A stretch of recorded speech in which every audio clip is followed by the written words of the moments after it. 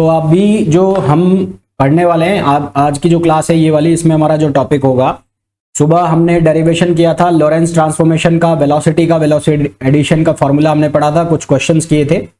ये जो क्लास है इसमें हम फॉर्मूला पढ़ेंगे लॉरेंस कॉन्ट्रैक्शन, लेंथ कॉन्ट्रैक्शन का और टाइम डायलेक्शन का। हालांकि फॉर्मूला हमें पता है पहले से ही कि क्या फॉर्मूला आने हैं, हम उसको पहले भी डिस्कस कर चुके हैं, पर लॉरेंज ने अपने तरीके से इन फॉर्मूला को ड्राइव किया तो वो भी हमें देखना पड़ेगा। फिर उसके ऊपर हम क्वेश्चन करेंगे लॉरेंज के ही, और जो हमारे पास टाइम डायलेशन है उसके ऊपर हम क्वेश्चन सॉल्व करेंगे।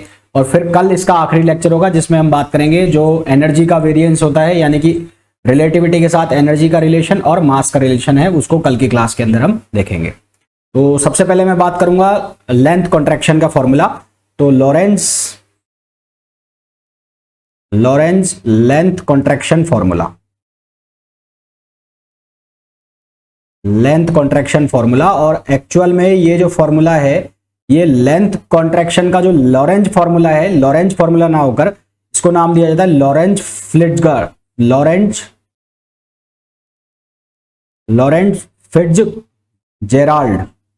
फिट्जजेराल्ड फॉर्मूला, फिट्जजेराल्ड कॉन्ट्रैक्शन फॉर्मूला, ये इसका एक्चुअल नाम होता है ना। कई बार ये क्वेश्चन भी पूछ लिया जाता है कि the length contraction in special theory of relativity is given by Lorentz, उसमें लिखा होता है ऑप्शन एक ऑप्शन लिखा होता है लॉरेंज फिट्जजेराल्ड, क्योंकि हमें ये ध्यान नहीं होता, हम इसको पढ़ते इसी नाम से हैं। हम जब भी ये टॉपिक पढ़ते हैं तो लॉरेंज लेंथ कॉन्ट्रैक्शन का फॉर्मूला करके पढ़ते हैं, और ये हमें नाम ध्यान नहीं होता, तो इसका एक्चुअल जो डेरिवेशन है वो इन्होंने किया था, लॉरेंज फिट्जजेराल्ड ने। अब भाई इसका डेरिवेशन करना है तो फॉर्मूला तो मेरे को पहले से पता है क्या आना है। तो इस डेरिवेशन में हम क्या करेंगे, हमने दो फ्रेम लिए, एक फ्रेम लिया एस फ्रेम और एक फ्रेम लिया एस प्राइम। तो ये वाला जो फ्रेम है ये है एस प्राइम फ्रेम है, ये ठीक है, एस प्राइम है, और ये इसका ओरिजिन हो गया, ये है एक्स प्राइम, यहां ले लिया वाई प्राइम और यहां ले लिया जेड प्राइम। यहां पर कोई एक रॉड है, उस रॉड की जो लेंथ है मूविंग फ्रेम में है ना, ये जो फ्रेम है जो एस प्राइम फ्रेम है, इस फ्रेम के अंदर इस रॉड की जो लेंथ है वो एल नॉट है। ये ठीक वैसे ही है जैसे मैंने ट्रेन का कंपार्टमेंट लिया था और वो ट्रेन का कंपार्टमेंट मूविंग था, ठीक है, वो ट्रेन का कंपार्टमेंट मूविंग था और ऑब्जर्वर बैठा हुआ था यहां पर, और यहां पर बैठकर सारा सीन देख रहा था। तो उसको जो लेंथ नजर आई थी यहां पर कोऑर्डिनेट हो गया था x1 प्राइम, और यहां पर कोऑर्डिनेट हो गया x2 प्राइम। तो ये जो एक्चुअल लेंथ नजर आई थी वहां पर भी हमने लिखा था, यहां पर एक्चुअल लेंथ कितनी हो जाएगी, वो हो जाएगी x2 prime minus x1 prime. तो ये जो एक्चुअल लेंथ है उसको हम नाम देंगे नॉर्मल लेंथ, ठीक है, कौन सा, नॉर्मल लेंथ। और ये ध्यान रहे कि ये जो लेंथ मेजर की जा रही है एस प्राइम फ्रेम में है, और ऑब्जर्वर जो है वो एस प्राइम फ्रेम के अंदर ही बैठा है ना। ये ठीक वैसे ही है जैसे जब हमने ट्रेन का कंपार्टमेंट लिया था उसकी लेंथ हमने कंसीडर करी थी, और जो ऑब्जर्वर है वो ट्रेन के अंदर ही बैठ गया था कंपार्टमेंट के अंदर, तो उसको फिर वहां पर जो लेंथ नजर आई थी वो एक्चुअल लेंथ ही नजर आई थी, ठीक है। फिर दूसरा फ्रेम मैंने लिया, जो वो दूसरा फ्रेम लिया एस फ्रेम लिया, कौन सा फ्रेम लिया, एस, ये वाला फ्रेम लिया हमने एस फ्रेम, ये है जेड, ये है एक्स, ये है वाई। अब यहां पर भी रॉड है, ये रॉड ले ली। अब इस रॉड की लेंथ को मैंने लिख दिया एल, जहां पर जैसे मैंने वहां पर उस केस में जब ऑब्जर्वर को मैंने एस फ्रेम में बिठाया था तो कंपार्टमेंट की जो लेंथ है उसको एल लिख दिया था, यहां पर उसको एस लिख दिया। अब जो कंपार्टमेंट है इस फ्रेम में बैठा हुआ है, यानी कि जैसे वहां पर बैठा था कंपार्टमेंट ग्राउंड में, तो यहां पर भी ग्राउंड में बैठा हुआ है, और जब वो ग्राउंड पे बैठा था तो उसको जो रॉड है वो ट्रेन जो मूविंग दिख रही थी, तो यहां पर मैंने रॉड को क्या करा दिया, मूविंग करा दिया। तो ये रॉड क्या है, moving with constant velocity v। तो ये रॉड कांस्टेंट वेलोसिटी v के साथ मूव कर रही है। इसके दो कोऑर्डिनेट्स, दो पोजीशन हो गई इसकी, एक हो गई x1 और एक हो गई x2। तो ये हो गया x1 और ये क्या हो गया x2। तो L जो है वो क्या हो गया, x2 माइनस x1, और ये कौन सी लेंथ कहेंगे, इसको हम कहेंगे अपरेंट लेंथ, ठीक है, इस लेंथ को हम क्या कहेंगे, अपरेंट लेंथ। यहां तक चीजें क्लियर है,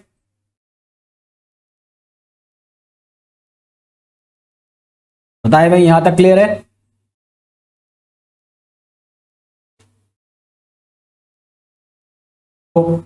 we know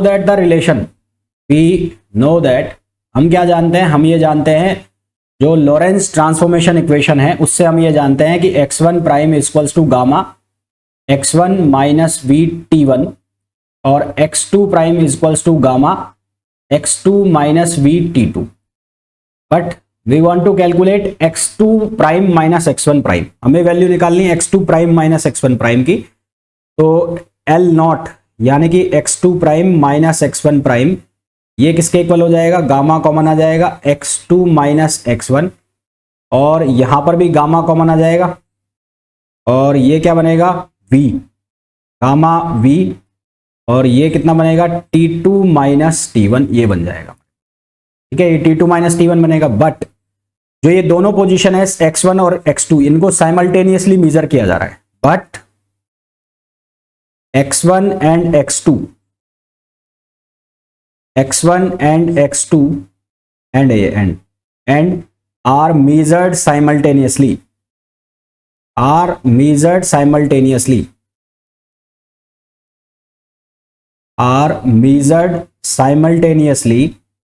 hence t1 equals to क्या हो गया t2, और t1 इक्वल्स टू यदि t2 हो गया तो हम क्या करेंगे, ये जो वैल्यू है इसको कैंसिल आउट, ये खत्म, तो यहां से क्या बचा L नॉट, यानी कि जो x2 माइनस x1 प्राइम था वो किसके बराबर हो गया x2 माइनस x1, और we know that the x2 minus x1 equals to L। तो यहां से हमारे पास रिलेशन बन गया L not equals to gamma L,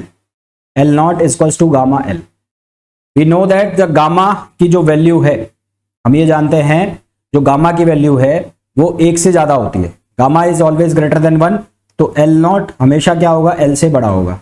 तो जो हमने इसके पहले वाले लेक्चर्स में बात की थी कि जो S प्राइम फ्रेम है ना, जो मूविंग फ्रेम है, अगर ऑब्जर्वर उसके अंदर बैठा है तो उसको एक्चुअल लेंथ दिखाई देगी, और अगर वो ग्राउंड पर जाके देखेगा तो उसको क्या दिखाई देगा, जो लेंथ है वो उस डायरेक्शन में कॉन्ट्रैक्ट हो रही है जहां पर स्पीड चेंज हो रही है, और लेंथ का जो कॉन्ट्रैक्शन है वो किस डायरेक्शन में होगा, in the direction of speed, speed के परपेंडिकुलर डायरेक्शन में लेंथ का कॉन्ट्रैक्शन नहीं होगा। ये मैंने आपको पहले भी बताया था, फिर बता रहा हूं। ठीक है, तो कंक्लूजन इसके जो निकले, कंक्लूजन कॉन्ट्रैक्शन ऑफ लेंथ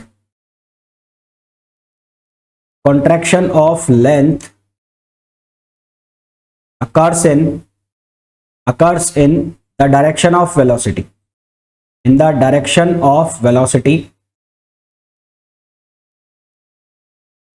पहला। दूसरा, there is no contraction in length in transverse direction to velocity, there is no contraction in length in transverse direction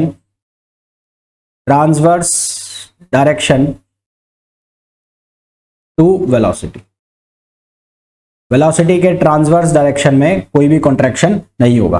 हालांकि ये चीज तुम्हें क्लियर हो गई होगी, मैं सुबह ही बता चुका हूं, तो कोई नई चीज तुम्हें बताई नहीं है, मैंने पहले भी बता चुका हूं। तो क्लियर है यहां तक, बोले भाई?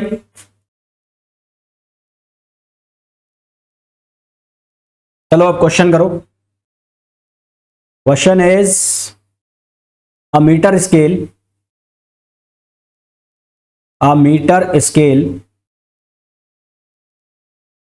is moving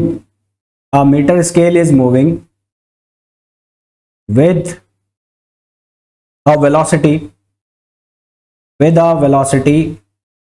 c by 2. What is its apparent length?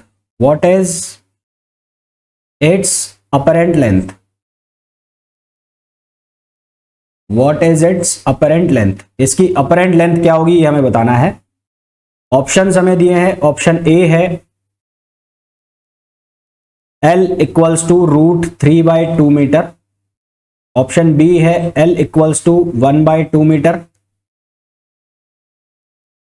सी है L equals to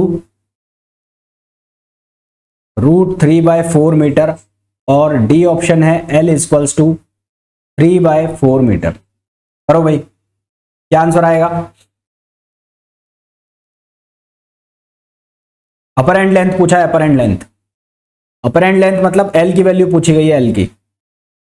you need to find out the value of L, and the value of L not is given, value of L not is 1 metre, L not की जो value है 1 metre है और v की जो value है वो c/2 है। क्या आंसर आएगा?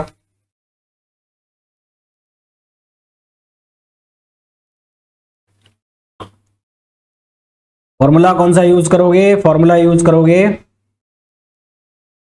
L not equals to gamma L, और आपको जो वैल्यू पूछी गई है वो पूछी गई है एल की, है ना। तो एल नॉट बराबर आप इसको क्या लिखोगे? L over under root 1 minus we square over C square. तो यहां से आप लिख दोगे L equals to 1 minus we square over C square और L naught multiply, L not की वैल्यू है 1।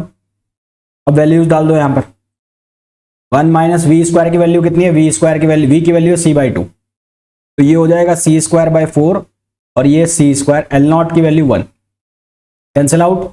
यहां से क्या बचेगा? √3/4, जिसको सॉल्व करोगे तो आंसर आ जाएगा √3/2 मीटर। तो आंसर आ गया तुम्हारे पास ए ऑप्शन आ गया।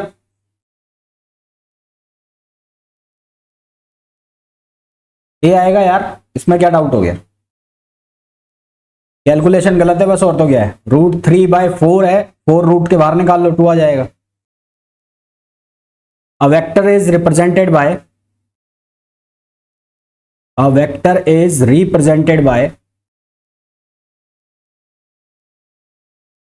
6i cap plus 4j cap meter in frame S, in frame S, in frame S, if another frame S prime, another frame S prime is moving along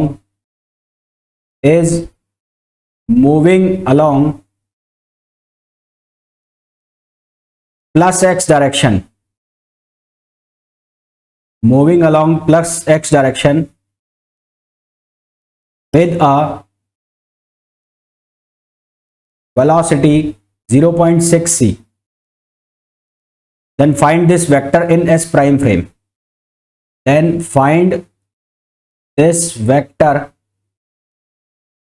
in S prime frame। तो इस vector को हमें S prime frame में निकालना है, ठीक है। Options हमें दिए हैं, ऑप्शन ए है 4i cap plus 4.88 j cap, option B है 4.8 i cap plus 4j cap, option C है 5i cap plus 5.8 j cap, और ऑप्शन डी है 5.8 i cap plus 5j cap. ध्यान रहे जब आप क्वेश्चन सॉल्व करो कि आपको जो वैल्यू दी गई है 6i cap plus 4j cap, ये एस फ्रेम में, एस फ्रेम, ये एस फ्रेम में दिया गया है और आपसे पूछा गया है एस प्राइम फ्रेम का। इस बार उल्टा दिया गया है मामला, यानी कि एल नॉट आपसे पूछा गया है, एल आपको गिवन है ना, आपको जो गिवन है वो एल गिवन है, आपसे पूछा गया है एल नॉट। इस चीज का ध्यान रखना आप, यहां ये फ्रेम उल्टे लिखे गए हैं, क्वेश्चन पढ़ना पड़ेगा ढंग से। Vector is represented by 6i plus 4j m in frame S, ये फ्रेम S हो गया, ये S फ्रेम है, और दूसरा जो S प्राइम फ्रेम है वो मूविंग है।